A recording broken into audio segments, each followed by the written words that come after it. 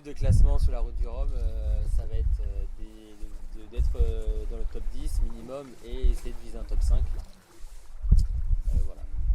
Par rapport au projet que j'ai, au bateau que j'ai, et c'est vrai que par rapport à certains concurrents, j'ai un petit peu moins d'expérience. C'est la première transatlantique en classe 40, donc voilà, je mesure mes ambitions, essayer de rester le plus proche de la réalité. Pour moi, j'ai pas vraiment de point faible. C'est un bateau plan lombard, qui a été très bien dessiné par son architecte. On l'a vu sur les courses d'avant-saison, il y a beaucoup de plans lombards à l'avant, aux avant-postes. Un autre avantage, c'est que c'est un bateau innovant, bateau recyclable, qui est aussi performant que ses confrères en époxy. Ça c'est un plus. Et puis voilà, c'est un SCO, donc un bateau avec une étrave arrondie qui bénéficie de toutes les dernières innovations architecturales aujourd'hui en classe 40. Qu'est-ce que j'aime dans la navigation en solitaire? Déjà, c'est le fait d'être au contact avec la nature. D'être seul sur un bateau, c'est vrai que j'ai plutôt un tempérament de solitaire, donc c'est vrai que ça va permettre de se reconnecter.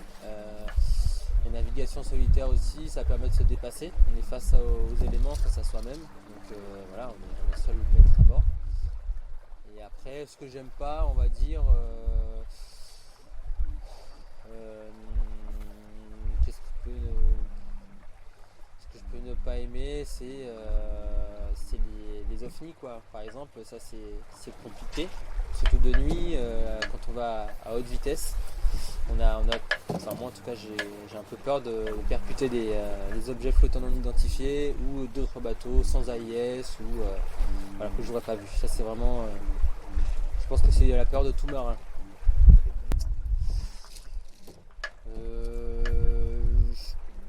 Je pense que c'est kiff. Après, le petit temps, ça dépend du moment en fait. Des fois, je suis beaucoup plus calme et patient que certaines fois. Donc le petit temps, ça me réussit bien.